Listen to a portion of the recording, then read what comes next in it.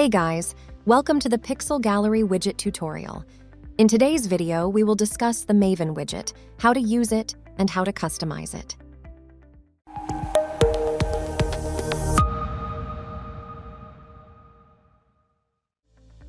First, let's drag and drop this widget inside our page.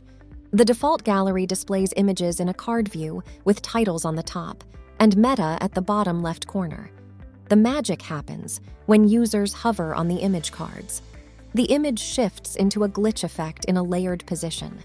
From the options, you can select the source of the gallery. By selecting custom content, you can create a custom gallery yourself. Then below, you can customize the row gap and column gap to add space between the items. There's also an item height option and another item alignment option there. Then there are two switchers to show or hide the title and meta from the gallery. The image size option lets you customize the dimensions of all images here. There's also a link trigger option at the bottom. Next is the items section. Inside it, the gallery's static items are listed. You can duplicate or reduce the current numbers or add more as per your needs. Clicking on an item box will reveal customizable options inside. Here, you can set up a gallery image by simply clicking on the image field and choosing one from the library. Then edit the title text and meta text.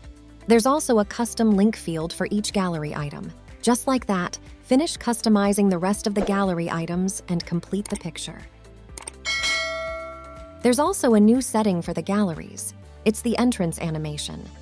In this section, you can turn on the switcher and then configure a gallery entrance animation. With such a powerful animation, you can leave your visitors in awe easily. Now, we can leave the gallery as it is or go for the Style tab and customize the appearance of it. For that, click on the Style tab and get inside it.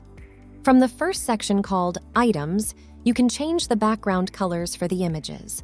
The setting color is revealed when hovered. Then you can apply a border around the images.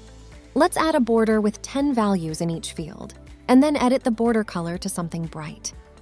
There are more options here that you can make use of. At the bottom, you will find an overlay option. With it, you can add a layer of color on top of the images. If you hadn't noticed, there's already an overlay color applied beforehand. We can simply turn off the color opacity to restore the images to their native colors. Done with that, you can also hop into the hover subsection and change color settings for text, meta, border, or box shadow. These will help create a nice hover effect. Next, inside the content section, you can edit the background type for the images and also go for border radius, margin, padding, or box shadow. Wait, isn't overlay and background work in the same way? The answer is no, and you will see the differences when you compare these two options. After this, go inside the title section. Here, change the color of the title to white, and then customize the font style through the typography option.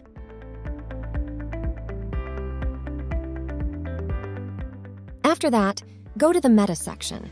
There, we can start working on the font style to set up a different look for the meta text.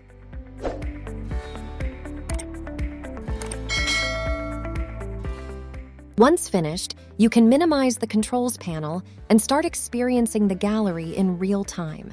That's how you do it with the Maven Gallery widget.